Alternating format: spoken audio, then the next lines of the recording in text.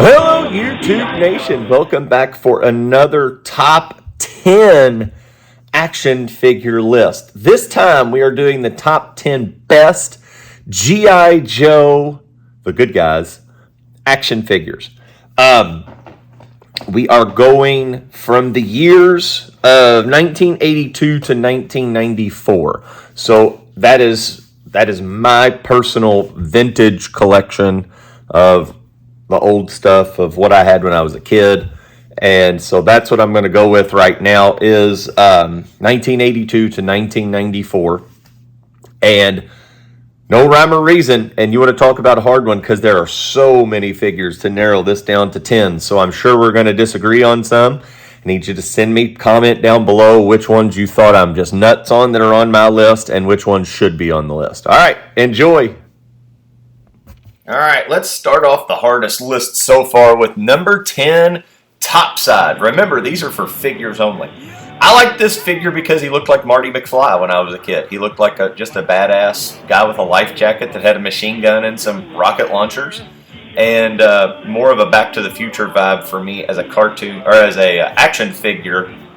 Coming in at number 9, Captain Gridiron. The dude has a long rifle that shoots missiles, and he has football grenades.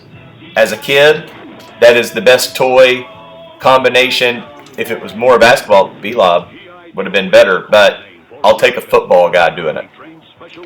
Coming in at number 8, the toy of Shockwave. This toy just looked like he could do some damage at night. I love the fact, the no face. I like him more than Beachhead just because of the blue. It looked more menacing. And then that's what he looked like in the cartoons. 7, Hit and Run. Loved having this dude's parachute out. Loved pretending to climb rocks with this guy. Just an awesome camouflaged figure. Looked like a true Army figure to me. And I loved the toy. Loved playing with it. Playability was great. Number 6, pick one. Any 3 of the Sergeant Slaughters. Anything that comes out Sergeant Slaughter. The Slaughter Marauder, awesome because he had his own little crew. The one that came with the Triple H. And this was my favorite, the one with the USA t-shirt. That was my favorite one. But all of them deserve to be at the number 6 spot. Coming in at number 5, the Sniper himself. Lowlight.